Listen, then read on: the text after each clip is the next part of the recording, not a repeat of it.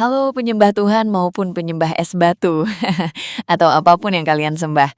Coba sebutkan di kolom komentar ya. Pernah nggak sih kalian lagi asyik melamun, terus tiba-tiba kepikiran satu pertanyaan yang kedengarannya sederhana, tapi kalau dipikirin dalam-dalam malah bikin dahi berkerut. Bayangkan kalian punya pesan yang super penting, pesan yang menyangkut hidup dan mati semua orang di dunia ini tanpa terkecuali. Kalian adalah sosok yang paling pintar, paling berkuasa, dan paling tahu segala hal tentang manusia karena kalianlah yang menciptakan mereka. Pertanyaannya, apakah kalian akan membisikkan pesan itu ke satu orang saja di pojokan dunia, lalu berharap dia bisa meyakinkan miliaran orang lainnya selama berabad-abad ke depan? Atau kalian tinggal menjentikan jari dan memastikan setiap kepala di bumi ini menerima pesan itu secara instan, jelas, tanpa bumbu salah paham, dan dalam bahasa yang mereka mengerti masing-masing? Nah, obrolan kita hari ini bakal berangkat dari sana. Kita bakal membedah sebuah fenomena yang sering banget jadi bahan diskusi di meja kopi atau ruang-ruang debat filsafat. Kenapa sih konsep kekuatan yang maha segala-galanya seringkali digambarkan menggunakan perantara, seperti utusan, nabi, atau bahkan perwujudan manusia, hanya untuk menyampaikan sebuah instruksi? Kenapa polanya terasa sangat manusiawi dan terbatas secara geografis maupun waktu? Sebelum kita masuk lebih jauh, perlu ada sedikit catatan kecil ya. Pembahasan kali ini murni bersifat eksplorasi logika dan pengamatan terhadap data-data pemikiran yang berkembang di masyarakat. Tujuannya bukan untuk mendiskreditkan keyakinan siapapun, melainkan untuk melihat sebuah narasi dari kacamata kritis yang mencoba mencari konsistensi antara klaim kekuatan tak terbatas dengan metode komunikasi yang digunakan. Jadi, mari kita buka pikiran, santai sejenak, dan coba bedah argumen-argumen ini satu persatu. Kalau kita melihat sejarah panjang narasi besar di dunia, ada satu pola yang hampir selalu berulang.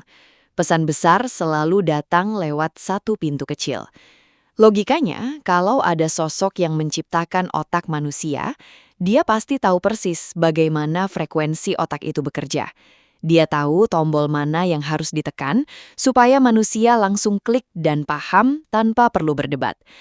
Tapi kenyataannya, data sejarah menunjukkan kalau pesan-pesan ini seringkali mendarat di satu wilayah tertentu, menggunakan satu bahasa lokal, dan diikat oleh budaya setempat pada masa itu. Hal ini memicu pertanyaan yang sangat mendasar secara logika. Kalau pesan itu memang untuk seluruh umat manusia di segala zaman, kenapa metodenya sangat lokal?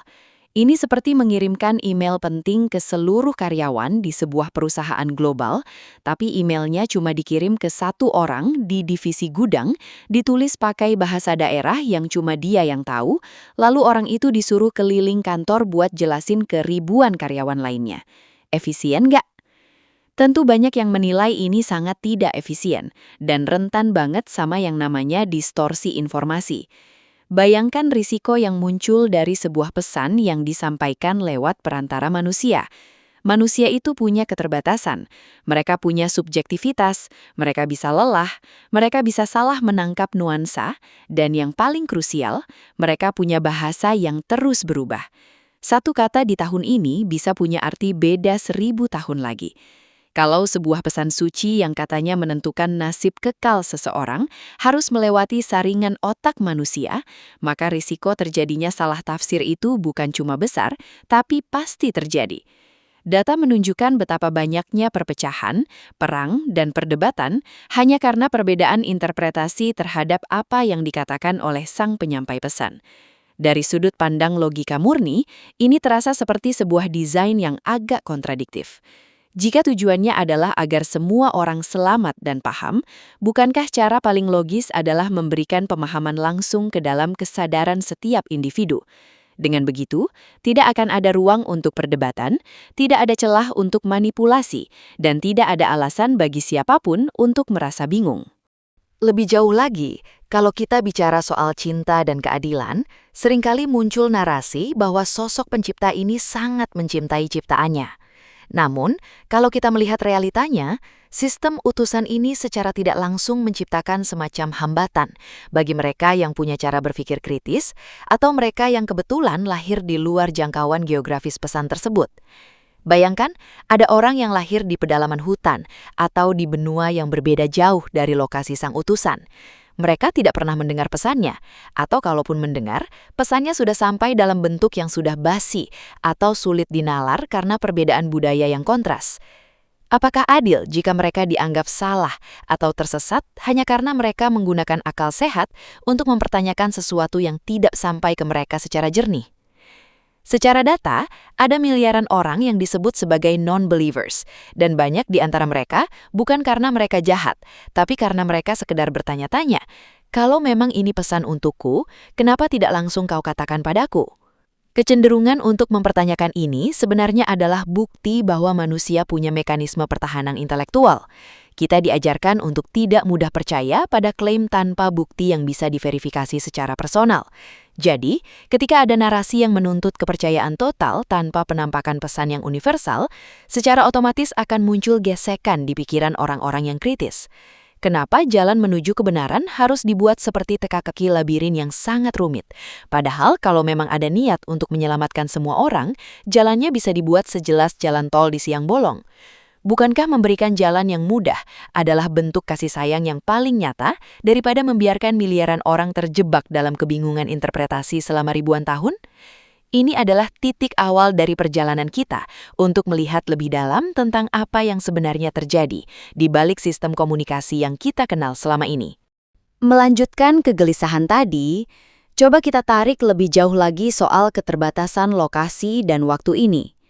Kalau kita perhatikan data geografis dari berbagai narasi besar yang ada di dunia, penyebaran pesan-pesan ini seringkali terpusat di titik-titik tertentu yang pada zamannya merupakan pusat perdagangan atau kebudayaan.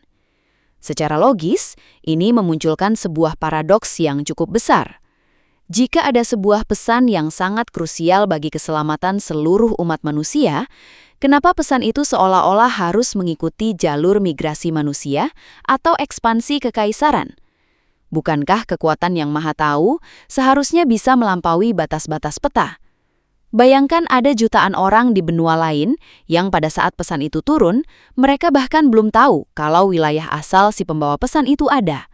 Mereka hidup, mencintai, dan mati tanpa pernah punya kesempatan sedikit pun untuk mendengar kebenaran tersebut. Di sini, nalar kita mulai bertanya-tanya, apakah adil jika standar kebenaran diletakkan pada sebuah peristiwa yang terikat pada koordinat GPS tertentu? Masalah bahasa juga nggak bisa disepelekan dalam diskusi ini. Bahasa itu organik, dia tumbuh, berubah, dan kadang mati. Kata-kata yang kita pakai hari ini bisa punya makna yang sangat berbeda 100 tahun ke depan, apalagi ribuan tahun.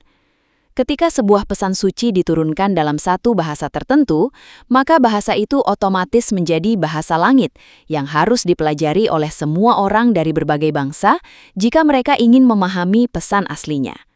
Tapi nggak semua orang punya akses pendidikan atau kemampuan linguistik yang sama. Data menunjukkan bahwa proses penerjemahan selalu menyisakan celah. Ada nuansa, rasa, dan konteks budaya yang sering kali hilang saat sebuah kalimat dipindahkan dari satu bahasa ke bahasa lain. Jadi ketika pesan itu sampai ke kita sekarang, yang kita terima sebenarnya bukan lagi pesan murni, melainkan pesan yang sudah melewati ribuan filter budaya, bahasa, dan kepentingan politik dari masa per masa. Ini yang kita sebut sebagai efek permainan telepon dalam skala sejarah. Satu pesan dibisikkan ke orang pertama, lalu ke orang kedua, dan saat sampai ke orang ke-1000, pesannya sudah berubah drastis. Lalu muncul pertanyaan tentang kenapa harus ada perwujudan atau utusan yang bersifat personal. Secara psikologis, manusia memang lebih mudah tergerak oleh sosok pemimpin atau figur yang bisa dilihat dan didengar. Kita adalah makhluk sosial yang butuh panutan. Namun, kalau kita bicara soal entitas yang menciptakan alam semesta dengan triliunan galaksi, bukankah menggunakan metode sosok pemimpin ini terasa terlalu kecil atau terlalu manusiawi? Seolah-olah cara berkomunikasi ini memang didesain oleh manusia untuk manusia dengan keterbatasan manusia. Data antropologi menunjukkan bahwa di setiap kebudayaan, manusia cenderung menciptakan figur-figur pahlawan atau perantara untuk menjembatani ketidaktahuan mereka tentang alam semesta yang misterius. Jadi, ketika ada narasi tentang utusan, bagi mereka yang tidak percaya, itu lebih terlihat seperti upaya manusia di masa lalu untuk memberikan otoritas pada sebuah aturan moral atau sosial supaya lebih ditaati oleh massa. Selain itu, kita perlu memikirkan tentang daya tangkap yang sudah kita singgung sedikit di awal tadi. Kalau memang yang menciptakan manusia itu Maha Tahu, dia pasti paham banget kalau otak manusia itu punya kapasitas logika dan kritis yang berbeda-beda. Ada orang yang mudah percaya, tapi banyak juga yang butuh bukti empiris atau pengalaman langsung sebelum bisa meyakini sesuatu. Jika jalan menuju keselamatan itu hanya lewat satu pintu kepercayaan pada utusan, maka secara otomatis sistem ini sedang melakukan diskriminasi terhadap orang-orang yang memiliki kecenderungan berpikir skeptis dan logis. Padahal kemampuan berpikir kritis itu juga bagian dari desain otak manusia itu sendiri kan? Jadi rasanya agak aneh kalau ada sistem yang memberikan hadiah kepada mereka yang percaya tanpa melihat, tapi memberikan hukuman atau label tersesat kepada mereka yang menggunakan akal sehatnya untuk mempertanyakan kejanggalan-kejanggalan yang ada. Seandainya pesan itu muncul secara universal di langit setiap pagi dalam bahasa yang dipahami secara instan oleh setiap makhluk hidup, atau jika pesan itu tertanam langsung dalam kesadaran kita sejak lahir seperti sebuah insting bertahan hidup, maka keraguan itu nggak akan pernah ada. Tidak akan ada perang saudara karena beda interpretasi kitab, tidak akan ada pengucilan terhadap mereka yang bertanya. Data sejarah mencatat betapa banyaknya konflik berdarah yang dipicu hanya karena masing-masing kelompok merasa utusan mereka yang paling benar atau interpretasi mereka yang paling tepat. Kalau tujuannya adalah harmoni dan keselamatan, metode komunikasi lewat perantara ini justru terbukti dalam sejarah sebagai salah satu pemicu perpecahan terbesar manusia. Logikanya, kalau Anda ingin semua anak Anda akur dan selamat, Anda akan memberikan instruksi yang jelas kepada mereka semua secara langsung, bukan menitipkan pesan pada salah satu anak yang mungkin saja dibenci atau tidak dipercayai oleh saudara-saudaranya yang lain. Belum lagi kalau kita bicara soal tantangan zaman. Sebuah pesan yang turun di zaman unta tentu punya konteks yang sangat berbeda dengan zaman kecerdasan buatan sekarang. Banyak aturan atau analogi yang dipakai di masa lalu terasa sangat asing atau bahkan tidak relevan lagi dengan kondisi dunia modern. Orang-orang yang kritis akan bertanya, kenapa pesannya tidak bersifat dinamis atau bisa terupdate secara otomatis sesuai perkembangan zaman? Kenapa dia harus kaku dan berhenti di satu titik sejarah? Bagi sudut pandang skeptis, ini adalah bukti kuat bahwa pesan-pesan tersebut adalah produk dari zamannya sendiri. Ia mencerminkan pengetahuan, kekhawatiran, dan norma sosial masyarakat pada waktu itu. Jika ia benar-benar berasal dari kekuatan yang melampaui waktu, seharusnya pesan itu tidak akan pernah terlihat kuno atau ketinggalan zaman, dan ia tidak akan butuh ribuan ahli tafsir untuk mencoba mencocok-cocokkan pesan kuno tersebut dengan realita modern yang sudah jauh berbeda. Kita coba masuk ke sisi yang lebih dalam lagi, yaitu soal ujian atau tes yang sering dijadikan alasan kenapa pesan itu dibuat tidak terlalu gamblang. Kalau kita kumpulkan data dari berbagai argumen teologis, seringkali muncul jawaban bahwa kalau Tuhan menampakkan diri atau pesannya secara langsung kepada semua orang, maka tidak akan ada lagi gunanya iman, karena semuanya sudah jadi fakta yang nggak terbantahkan. Katanya hidup ini adalah ujian untuk melihat siapa yang percaya meski tidak melihat. Tapi mari kita bedah logika ini pakai kacamata skeptis. Jika tujuannya adalah ujian moral atau karakter, kenapa instrumen ujiannya adalah kemampuan untuk percaya pada hal yang tidak terlihat? Bukankah jauh lebih adil kalau ujiannya fokus pada perilaku manusia, terlepas dari apa yang mereka yakini? Bayangkan ada seorang guru yang memberikan soal ujian, tapi soalnya cuma diberikan lewat bisikan ke satu murid di barisan depan, sementara murid lain di belakang harus menebak-nebak apa pertanyaannya. Apakah mereka salah jawab, mereka dianggap gagal? Apakah itu ujian kecerdasan atau sekadar ujian keberuntungan karena duduk di posisi yang tepat? Selain itu, ada fenomena yang menarik kalau kita bahas soal mukjizat yang biasanya dibawa oleh para utusan ini sebagai bukti validitas mereka. Secara data sejarah, mukjizat-mukjizat ini selalu bersifat lokal, sesaat, dan hanya bisa disaksikan oleh orang-orang yang ada di tempat itu saja pada waktu itu juga. Bagi kita yang hidup ribuan tahun kemudian, mukjizat itu bukan lagi bukti empiris, melainkan cuma sekadar cerita atau klaim. Logikanya begini, kalau Tuhan memang ingin memberikan bukti yang meyakinkan bagi seluruh manusia di segala zaman, kenapa Dia tidak menciptakan mukjizat yang sifatnya permanen dan bisa diverifikasi oleh sains kapan saja? Misalnya sebuah fenomena alam yang tidak bisa dijelaskan secara fisika, tapi konsisten ada di langit untuk dilihat semua orang. Dengan tetap menggunakan metode cerita masa lalu, Tuhan seolah-olah memaksa manusia modern untuk mematikan fungsi logika kritisnya dan menerima begitu saja testimoni dari orang-orang yang hidup di zaman yang bahkan belum mengenal konsep metodologi penelitian atau verifikasi data. Fenomena perwujudan manusia juga nggak kalah menarik buat dibedah. Ada narasi yang menyebutkan bahwa Tuhan perlu menjadi manusia atau mengirim pesan melalui sosok manusia supaya bisa lebih relate dengan hambanya. Oke, secara psikologi massa, ini masuk akal karena manusia memang butuh figur untuk dijadikan contoh. Tapi secara logika eksistensial, ini malah memunculkan pertanyaan baru. Apakah sosok yang menciptakan triliunan galaksi dan dimensi yang tidak terbatas benar-benar perlu terbatas dalam bentuk biologis hanya untuk berkomunikasi? Kalau Tuhan punya kemampuan untuk menanamkan naluri lapar dan haus dalam tubuh kita tanpa perlu ada utusan lapar, kenapa untuk urusan pesan moral yang sangat krusial, dia butuh perantara yang punya keterbatasan fisik? Bukankah pesan itu bisa ditanamkan saja sebagai software dasar di otak setiap manusia sejak lahir? Dengan begitu, setiap orang punya kompas moral yang sama tanpa perlu ada perdebatan tentang siapa yang paling benar. Mari kita bahas sedikit soal beban pembuktian atau burden of proof. Dalam dunia sains dan logika, siapa yang mengklaim sesuatu yang luar biasa, dialah yang wajib memberikan bukti yang luar biasa juga. Ketika ada seseorang yang mengaku membawa pesan dari pencipta alam semesta, beban untuk membuktikan kebenaran itu ada pada si penyampai, bukan pada orang yang meragukannya. Namun sistem yang kita lihat sekarang justru seringkali membalikkan logika ini. Orang-orang yang bertanya, yang skeptis dan yang kritis malah seringkali diberi label negatif, dianggap keras kepala, atau bahkan diancam dengan konsekuensi yang mengerikan. Padahal kalau kita bicara data, rasa ingin tahu dan sikap mempertanyakan adalah mesin utama kemajuan peradaban manusia.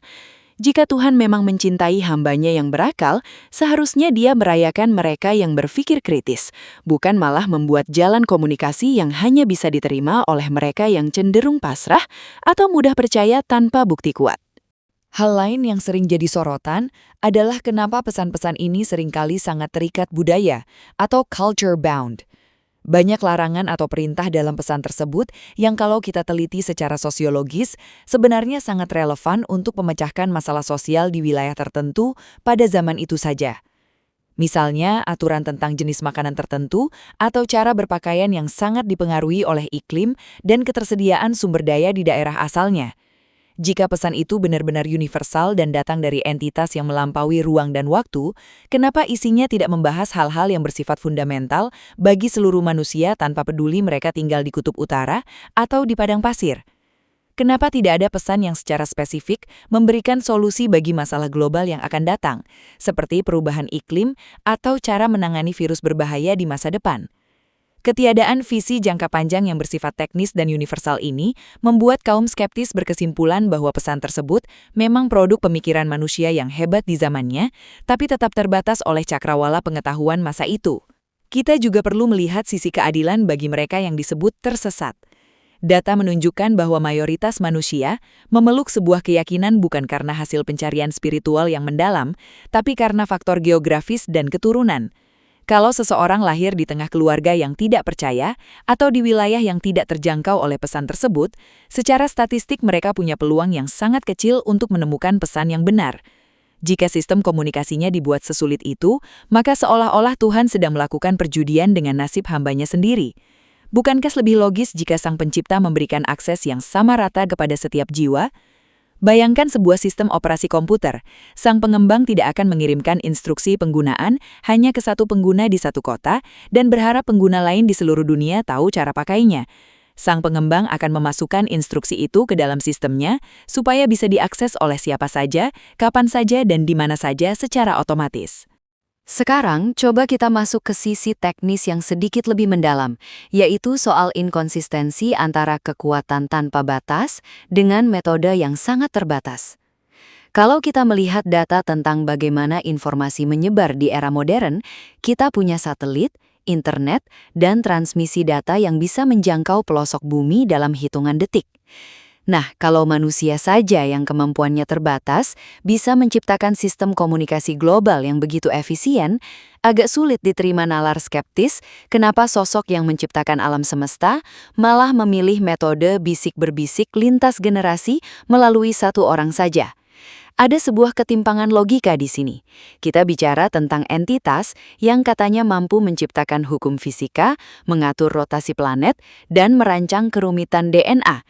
Tapi ketika sampai pada urusan menyampaikan pesan moral, dia kembali ke cara-cara primitif seperti menulis di atas lembaran kulit atau mengandalkan hafalan manusia yang kita tahu sendiri sangat rentan terhadap distorsi dan lupa.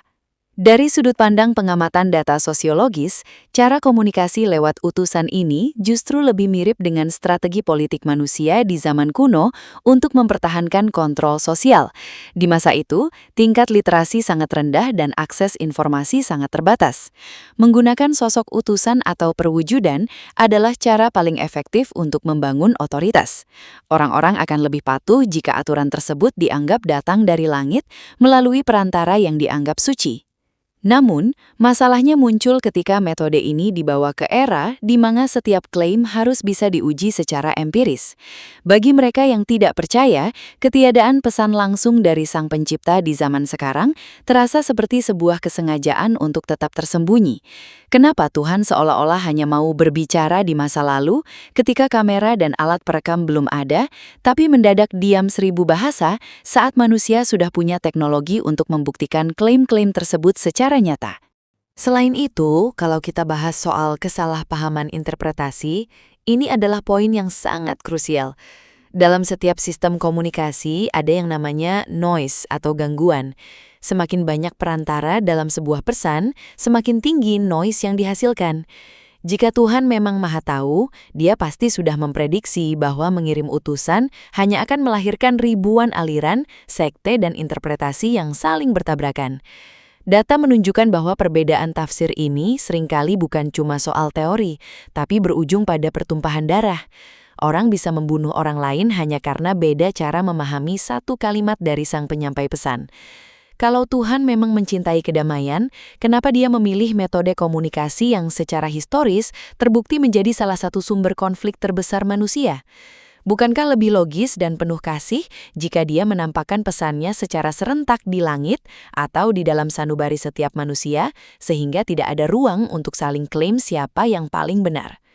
Kita juga harus menyoroti narasi bahwa Tuhan sengaja menyesatkan siapa yang Dia kehendaki. Bagi pikiran yang kritis, konsep ini sangat sulit untuk dicerna secara moral. Kalau Tuhan yang menciptakan daya tangkap manusia, dan Dia tahu kalau kapasitas logika seseorang akan membuatnya sulit percaya pada cerita-cerita yang tidak masuk akal, kenapa Dia tidak menyesuaikan pesannya supaya bisa diterima oleh logika tersebut? Menghukum seseorang karena mereka menggunakan akal yang diberikan oleh penciptanya sendiri terasa seperti sebuah jebakan kosmik. Ibaratnya seseorang membuat mobil dengan mesin yang didesain untuk jalan di aspal, tapi kemudian dia marah karena mobil itu tidak bisa terbang, lalu menghancurkan mobil tersebut. Secara logika, kesalahan ada pada perancangnya, bukan pada mobilnya. Miliaran orang yang disebut non-believers seringkali adalah orang-orang yang hanya mencoba jujur pada nurani dan logika mereka sendiri. Mereka tidak melihat bukti yang cukup dan pesan yang sampai ke mereka terlalu penuh dengan kontradiksi sejarah dan budaya. Seandainya pesan itu bersifat universal dan langsung, kita tidak akan butuh kelas-kelas teologi atau ribuan buku tafsir untuk memahami kemauan Tuhan. Pesan itu akan menjadi pengetahuan umum, sejelas fakta bahwa kita butuh oksigen untuk bernafas atau fakta bahwa api itu panas. Tidak ada orang yang berdebat apakah api itu panas atau tidak, karena itu adalah realitas yang bisa dirasakan langsung oleh semua makhluk hidup. Kalau keberadaan Tuhan dan pesannya memang sefundamental itu bagi keselamatan manusia, kenapa Dia tidak menjadikannya sebagai realitas yang bisa dirasakan langsung tanpa perlu perantara manusia yang penuh dengan subjektivitas? Bagi sudut pandang skeptis, ketergantungan pada utusan ini justru menunjukkan bahwa pesan tersebut lebih bersifat kultural daripada universal. Ia adalah produk dari kecerdasan manusia di suatu masa yang mencoba merumuskan ketertiban sosial, namun dibungkus dengan narasi ketuhanan agar memiliki daya tekan yang lebih kuat kepada masyarakat.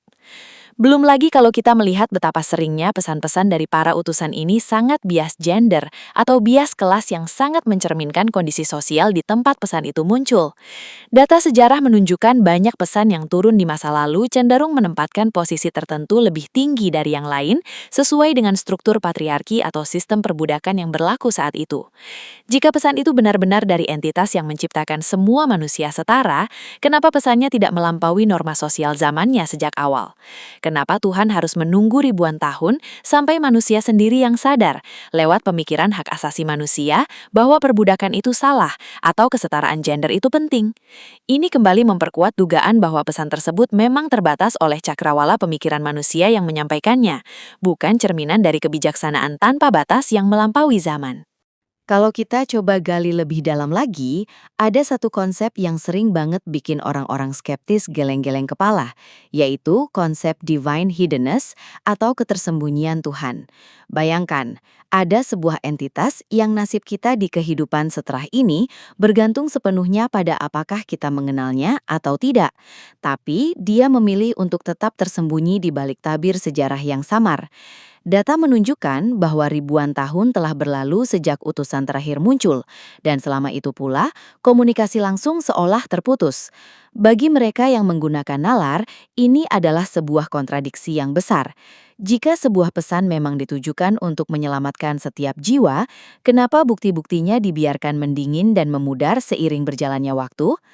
Kenapa kita dipaksa untuk mengandalkan iman yang dasarnya adalah percaya tanpa bukti, padahal di semua aspek kehidupan lain, seperti kedokteran atau teknologi, kita selalu dituntut untuk mencari bukti yang nyata sebelum mengambil keputusan? Banyak yang berargumen bahwa ketidakhadiran pesan langsung ini adalah bentuk penghormatan terhadap kehendak bebas manusia. Katanya, kalau Tuhan muncul di depan semua orang, manusia tidak punya pilihan selain patuh, dan itu akan menghilangkan esensi kebebasan. Tapi mari kita lihat data dari sudut pandang logika dasar. Apakah mengetahui keberadaan seseorang itu berarti menghilangkan kebebasan kita untuk memilih? Tentu tidak. Kita semua tahu polisi itu ada, tapi orang masih punya pilihan untuk melanggar aturan lalu lintas atau tidak. Mengetahui bahwa ada pencipta yang memberikan instruksi dengan jelas justru akan memberikan dasar yang adil bagi manusia untuk membuat pilihan. Saat ini, situasinya seperti kita diminta mengikuti aturan di sebuah negara yang kita sendiri nggak tahu apakah pemimpinnya beneran ada atau cuma legenda, dan aturannya pun hanya disampaikan lewat selebaran kuno yang interpretasinya beda-beda di setiap RT. Di mana letak keadilannya kalau kita dihukum karena melanggar aturan yang tidak pernah dikomunikasikan secara jernih kepada kita? Selain itu, ada satu beban psikologis yang cukup berat bagi mereka yang memiliki pemikiran kritis. Seringkali rasa ingin tahu dan keinginan untuk memverifikasi kebenaran dianggap sebagai dosa atau bentuk kesombongan intelektual. Padahal, kalau kita melihat data perkembangan otak manusia, rasa ingin tahu adalah alat bertahan hidup yang paling utama. Jika Tuhan memang menciptakan kita dengan kapasitas otak yang mampu memecahkan kode genetika, memetakan bintang-bintang dan menciptakan teori relativitas, rasanya sangat aneh kalau Dia malah mengharapkan kita untuk mematikan semua fungsi kritis itu ketika berhadapan dengan narasi utusan. Bukankah seharusnya kecerdasan manusia digunakan untuk mengenali kebenaran yang sejati? Kalau kebenaran itu memang berasal dari sumber yang maha segala-galanya, seharusnya ia bisa bertahan dari segala jenis ujian logika dan kritik, bukan malah menghindar atau mengancam mereka yang berani bertanya. Coba kita perhatikan juga bagaimana moralitas manusia berevolusi. Data sejarah membuktikan bahwa banyak standar moral yang dulu dianggap wahyu melalui para utusan, sekarang sudah kita anggap ketinggalan zaman atau bahkan tidak manusiawi. Misalnya soal bagaimana memperlakukan tawanan perang, atau aturan-aturan sosial yang sangat diskriminatif terhadap kelompok tertentu. Sekarang, tanpa perlu menunggu utusan baru, manusia lewat konsensus global dan empati kolektif berhasil menciptakan standar hak asasi manusia yang dalam banyak hal jauh lebih inklusif dan adil daripada pesan-pesan kuno tersebut. Ini membawa kita pada sebuah pemikiran. Kalau manusia bisa sampai pada pemahaman moral yang lebih baik melalui diskusi dan akal sehat, kenapa kita masih butuh perantara dari masa lalu yang pesan-pesannya seringkali justru membatasi kemajuan empati kita? Fenomena ini juga menimbulkan pertanyaan tentang efektivitas sang komunikator. Dalam ilmu komunikasi, kegagalan audiens dalam menangkap pesan biasanya adalah tanggung jawab si pengirim pesan atau sender. Jika miliaran orang gagal memahami atau mempercayai sebuah pesan, maka secara teknis ada masalah dalam cara pesan itu disampaikan. Bagi entitas yang maha kuasa, melakukan kesalahan dalam strategi komunikasi adalah hal yang mustahil. Jadi, kalau pesannya tetap membingungkan, terfragmentasi dan malah memicu perpecahan, kesimpulan logis dari sudut pandang skeptis adalah pesan tersebut memang bukan berasal dari kekuatan maha kuasa, melainkan dari upaya manusia itu sendiri yang mencoba menjangkau sesuatu yang melampaui pemahaman mereka pada saat itu. Mereka menggunakan bahasa, budaya, dan keterbatasan pengetahuan masa itu untuk merumuskan apa yang mereka sebut sebagai pesan Tuhan. Keberadaan ribuan agama dan kepercayaan yang semuanya mengklaim memiliki utusan yang paling benar juga menjadi data yang sangat kuat untuk meragukan sistem perantara ini. Kalau Tuhan memang ingin memberikan satu pesan universal bagi manusia, kenapa Dia membiarkan pasar ideologi ini begitu kacau dan penuh dengan klaim yang saling bertentangan?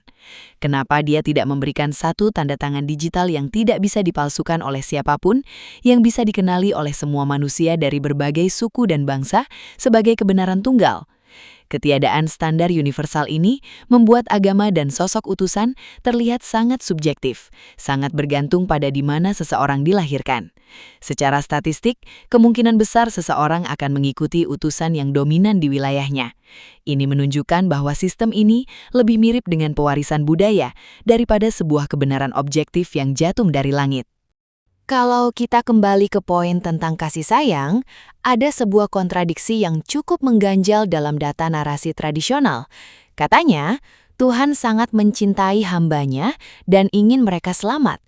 Tapi kalau kita lihat jalurnya, jalan itu justru dibuat sangat terjal bagi mereka yang kebetulan memiliki otak yang bekerja secara logis dan kritis. Seolah-olah Tuhan memberikan hadiah kepada mereka yang bisa menelan informasi tanpa banyak tanya, sementara mereka yang mencoba jujur pada nalar, yang katanya juga pemberian Tuhan, malah dibiarkan tersesat dalam belantara informasi yang membingungkan. Secara logika, kalau memang ada niat untuk menyelamatkan semua orang, cara paling penuh kasih adalah dengan memberikan petunjuk yang sangat mudah dipahami, tidak multitafsir, dan bisa diakses oleh siapa saja tanpa perlu melalui perantara yang bisa berbuat salah. Memberi jalan yang sulit dan penuh teka-teki kepada orang yang sedang dalam bahaya tentu bukan tindakan yang kita sebut sebagai penuh kasih dalam standar kemanusiaan manapun. Pada akhirnya, kumpulan data dan pengamatan logika ini membawa kita pada sebuah pemikiran yang lebih membumi. Kenapa Tuhan butuh penyampai pesan atau perwujudan manusia? Dari sudut pandang skeptis, jawabannya mungkin bukan karena Tuhan yang membutuhkannya, melainkan manusia itu sendiri. Manusia di masa lalu membutuhkan narasi yang kuat untuk menyatukan kelompok, menegakkan hukum, dan memberikan makna pada hidup yang penuh ketidakpastian. Dengan membawa nama langit lewat sosok utusan, sebuah aturan tidak lagi dipandang sebagai kesepakatan sosial biasa, melainkan perintah suci yang tak bisa dibantah. Ini adalah alat pengatur masyarakat yang sangat efektif di zamannya. Jadi keterbatasan-keterbatasan yang kita bahas tadi, seperti bahasa yang lokal, wilayah yang terbatas, dan interpretasi yang kacau, sebenarnya adalah ciri khas dari produk buatan manusia, bukan ciri dari sesuatu yang bersifat maha kuasa. Kita bisa melihat bahwa sepanjang sejarah, narasi tentang utusan ini selalu berkembang mengikuti tingkat pengetahuan manusia. Semakin kita tahu tentang alam semesta, semakin samar pula kehadiran utusan-utusan baru. Sekarang, di era di mana kita bisa memverifikasi hampir segala hal dengan data dan sains, klaim tentang utusan atau perwujudan Tuhan menjadi semakin sulit untuk diterima oleh akal sehat. Ini menunjukkan bahwa sistem komunikasi lewat perantara sebenarnya adalah cerminan dari kapasitas intelektual manusia pada masanya. Ketika manusia belum punya sistem hukum global, mereka butuh nabi. Ketika manusia belum punya sains untuk menjelaskan petir, mereka butuh sosok perwujudan yang menguasai alam. Namun, ketika akal kita sudah mulai bisa menjelaskan banyak hal secara mandiri, ketergantungan pada cerita-cerita perantara ini perlahan-lahan mulai memudar bagi mereka yang memilih untuk kritis. Jadi, bukankah jauh lebih masuk akal jika kita mengasumsikan bahwa pesan itu sebenarnya adalah suara kolektif manusia untuk mencari ketertiban dan keadilan? Jika Tuhan memang ada dan Dia adalah Sang Pencipta segalanya, bukankah Dia jauh lebih besar daripada sekedar kata-kata dalam sebuah buku atau sosok manusia di satu titik sejarah? Menghukum manusia karena tidak percaya pada perantara yang penuh celah terasa sangat tidak konsisten dengan konsep keadilan yang maha sempurna. Data sejarah menunjukkan bahwa kemanusiaan justru seringkali berkembang ke arah yang lebih baik ketika kita mulai melepaskan fanatisme terhadap satu interpretasi utusan dan mulai menggunakan empati serta akal sehat kita untuk membangun dunia yang lebih inklusif bagi semua orang, tanpa peduli apapun latar belakang keyakinan mereka. Mungkin tantangan terbesar kita sebagai manusia modern bukanlah mencari siapa utusan yang paling benar, melainkan bagaimana kita bisa menjadi pembawa pesan bagi satu sama lain lewat kebaikan, kejujuran, dan rasa saling menghargai. Kita tidak butuh keajaiban di langit untuk tahu bahwa menyakiti orang lain itu salah, atau bahwa menolong sesama itu perlu. Kompas moral itu sudah ada di dalam diri kita masing-masing sebagai hasil dari evolusi sosial yang panjang. Jadi daripada kita terus berdebat tentang kenapa Tuhan tidak menampakkan diri, mungkin lebih produktif kalau kita fokus pada apa yang bisa kita lakukan dengan akal dan hati yang kita miliki sekarang, untuk membuat dunia ini jadi tempat yang lebih nyaman bagi semua makhluk hidup. Terima kasih banyak sudah mau meluangkan waktu buat dengerin bedah data dan logika ini sampai habis. Obrolan kayak gini emang kadang bikin otak agak panas, tapi tujuannya bukan buat nyari siapa yang menang atau kalah, melainkan buat ngajak kita semua lebih berani bertanya dan melihat segala sesuatu dari sudut pandang yang lebih luas. Kalau kalian suka dengan pembahasan yang mencoba melihat realitas secara apa adanya, santai tapi tetap kritis, jangan lupa buat dukung terus channel kami.